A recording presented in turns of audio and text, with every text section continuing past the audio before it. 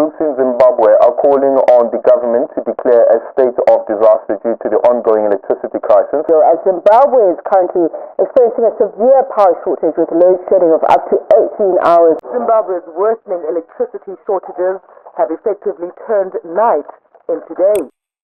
It is undeniable that electricity is the backbone of every modern society. In actual fact, it is one of the indicators of an economically viable nation. But in Zimbabwe, the lights have been flickering for more than a decade. From a country that used to thrive in energy infrastructure to 18-hour power cuts. But how did this happen? Today, I just want to talk about the Zimbabwe power crisis, the history, what happened. For us to have an understanding of the present, we need to transport ourselves back into the past. If you're a Zimbabwean like me, you probably know a lot about the Kariba Dam because it was part of our curriculum. The great dam has triumphed over all difficulties.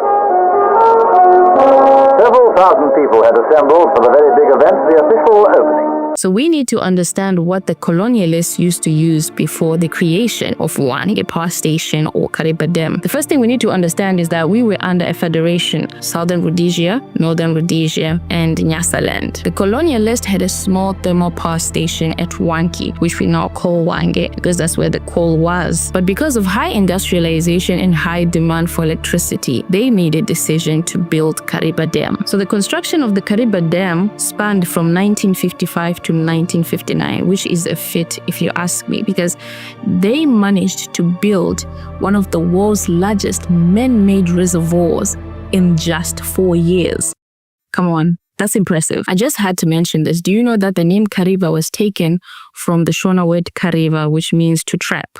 Because they were trapping Zambezi River, they were trapping the water that was supposed to flow downstream to create a lake, Kariva. So I think the white people could not say Kariba, so they said Kariba. Impressive, isn't it? The construction of Lake Kariba cost the colonial government around $480 million, which is about $1.5 billion today when adjusted for inflation. So you can see that it was a major undertaking. It was supposed to provide sustainable electricity to industries in Zambia and in Zimbabwe. It was supposed to supply around 2010 megawatts of electricity per year, split between Zambia and Zimbabwe. So because of urbanization and industrialization, there was an increase on the demand of power. The colonial government had no option but to create another power station in Wange. They began construction in 1973 but had to stall in 1975 because of economic sanctions against Rhodesia because it had declared independence. So the later stages of Wange Thermal Power Station were created straight after independence. So in total, both of these power stations were supposed to provide the nation with around 3,000 megawatts per year. It was supposed to be enough in those days, but according to experts, just last year, Zimbabweans demanded around 4,000 megawatts of electricity. So currently, even if both Lake Kariba and Wange Thermal Power Station produce optimally, it is still not enough for the population. This is tragic for our economy because almost 43% of all electrical consumption in our country is by industries, and 16% of that is by the mining industry. Households only consume about 29% of our electricity. This alone reflects just how important electricity is to the economy and why this needs to be fixed fast. You see, after gaining independence, we inherited a functional electricity infrastructure which enabled us to meet the needs of our population and even export. But because the economy and the population grew in urban areas, the demand skyrocketed. The other factor is that over time, the infrastructure began to age and there was little to no investment in maintaining the already existing infrastructure. Simultaneously, we fell into arrears with our electricity suppliers, South Africa and Mozambique, because we were broke, so we could not pay off our debts, which led them to cut us off. This was in the early 2000s when Zimbabwe began to struggle with daily blackouts. After the dollarization of the economy in 2009, electricity became more and more consistent. It seemed the government now had money to pay off some of its suppliers. However, in recent years, we were hit by yet another crisis,